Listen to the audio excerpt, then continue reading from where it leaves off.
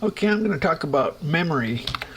Now, if we go to the document directory, documentation, and we go to memory. So I marked the low. Okay.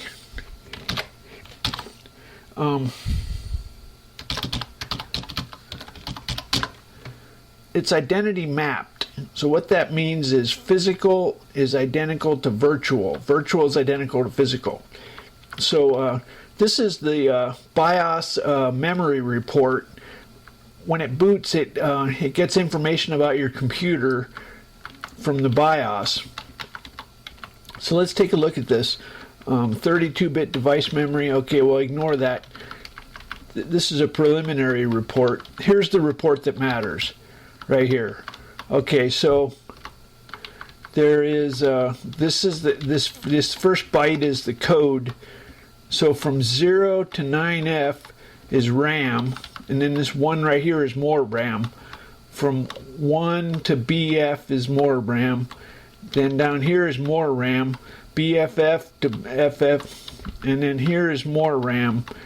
I have 64-bit address space, but I'm running in VMware, and I only have I don't know, what is this, 4, 5, 6, maybe 6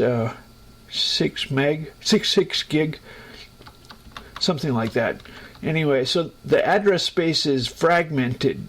If it's identity mapped, there's no way to unfragment. I want it identity mapped. We just live with the fragmentation. So when it's allocating blocks, they have to be contiguous. It will get fragmented and you will need to reboot, but it never happens. That's never going to happen to you. To be quite honest, on today's computers, if you're doing a old-fashioned game, you almost don't need to free memory. That's a joke. You almost don't have to free memory. Anyway, here's how it looks. I marked the low pages not present so that so each task is running with code at a different address. The applications are not starting at 0. It just when you run an application, it calls malloc to get some memory, and then it wherever malloc is, that's where the code goes. Okay, but the first 2 gig is what I call the code heap. That's this low area, code heap. All the code goes in the low 2 gig. That's because there's an instruction that the best instruction for call only handles 2 gig. So I could use a different instruction that was bulky and ugly, but I don't want to. I want to use the 2 gig instruction. So all my code goes in the lowest 2 gig. So I want a null dereference crash, so I mark it not present. The low 640 is when Atom boots, it loads the kernel into this memory in the low 640. You could load the compiler down in here. You can do a rescue disk kind of thing, and if you want a RAM disk in the low 640, you can't fit the whole operating system. Otherwise, you could boot from USB memory stick, but you can't do that. Anyway, long story short, the kernel goes here, and we just waste the rest of the memory. The bootloader moves itself out of the way.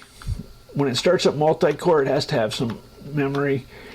We're still in the low 640. Here's the extended BIOS data area. Here's VGA graphics.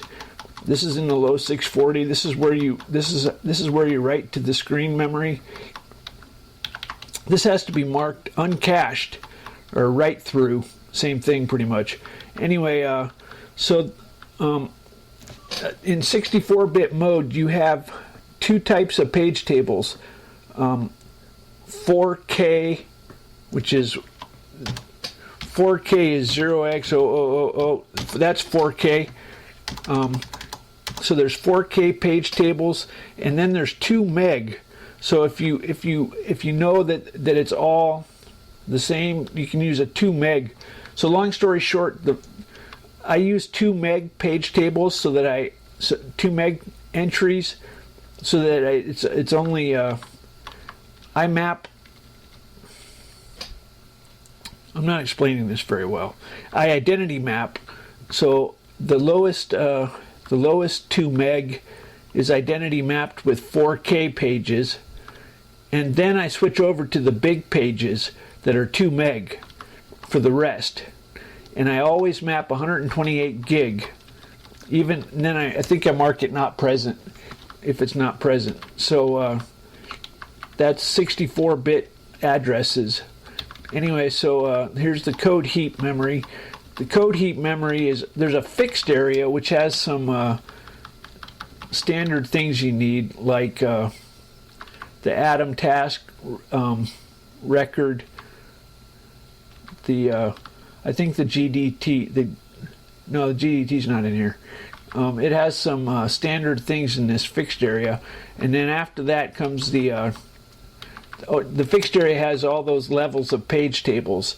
So there, you have 4 levels of page tables, and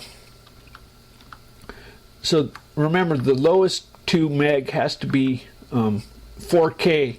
So in order that you can mark the VGA as write through, everything else is 2 meg. So I think we have 180,000 hex for page tables. We have one set of page tables for all tasks on all cores all the time. Remember, it's identity mapped. Identity mapping is just as though you did not use page tables. I think the 2 meg mapping is faster because it has one less layer to look up. I'm tempted to try and use the there's even a big, you can use 1 gig size, but that's not very standard. Anyway, so there's some 32-bit device memory. That's broken. We don't use any device memory except the VGA. And then there's the data heap. The other, after the 2 gig is everything beyond the 2 gig is the data heap, all the RAM. So this is just repeating what we just saw. Now there's a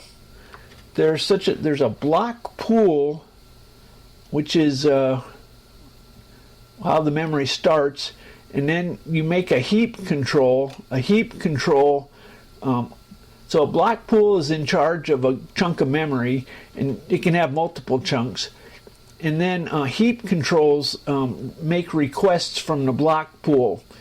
So there's a code block pool and a data block pool, and those are whole blocks. I use 512 byte blocks. I don't use the 4K because it doesn't matter to me, because I'm not using identity. I'm using identity mapping, so I don't use the page tables after I set them up, which is kind of funny. So I don't know why, but I just decided to use 512 byte memory blocks. Anyway, so that's the story. In the kernel directory, there's 1B is where 1A is where it identity maps. It just basically sets up those page tables, and then there's stuff here for allocating block pool blocks, and then there's malloc. Malloc has basically an array of linked lists based on size. So if you return something that's 32 bytes, it sticks it in the bin for 32 bytes. And then if you reallocate it, it gets it back out of the 32 byte bin, a linked list. Then it's compound. So for bigger size chunks, you use it's not individual bytes. And then for really big, it's powers of 2. Anyway, so there's a lot of there's a calloc which clears and allocates. Wait, whoa, that's kind of weird. Why am I? Here it is. calc aligned. Oh, it'll allocate an aligned value, but it's awful. What it does is it if you want it 1024 bytes aligned, then it allocates an extra 1024 bytes and slices off whatever it doesn't know. Alignment, don't ask for aligned memory unless you want it to waste. Anyway, you never need, everything is always position independent because it patches it. So when you do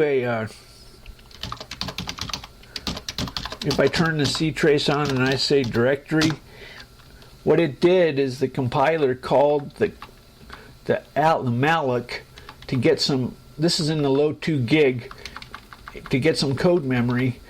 And then notice this was able to use a 32-bit call. That's because the directory is in the code memory, is in the low 2 gig. All code is in the low 2 gig, so we always use call. It's really simple and elegant.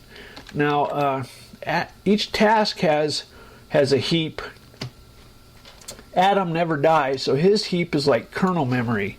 So all the symbols are in Adam's tables, and all the code is allocated when Adam starts compiling it.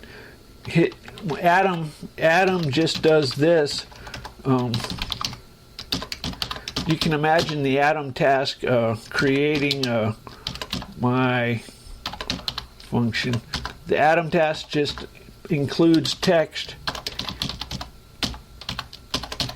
and it goes in his heap. Now we say my function. So when Adam starts up, it just compiles and shoves it in his code heap. Basically, a task's code heap is just the blocks that are set aside, that are marked for that task. So if you kill a task, it returns the blocks in the code heap back to the code block pool. So when you want wallpaper, you have to think about this, but you should put your wallpaper into the Adam task so that it doesn't, if you kill a task, that would be bad, because suddenly the code for that heap would be freed and reused, and it would crash. So when you want wallpaper, you Adam include it. You see up here, include or Adam include. Now it's on Adam's task, Adam's code heap. So there you go. There's Adam's code heap. So if Adam died, it would be freed, but Adam never dies. So that's how that works.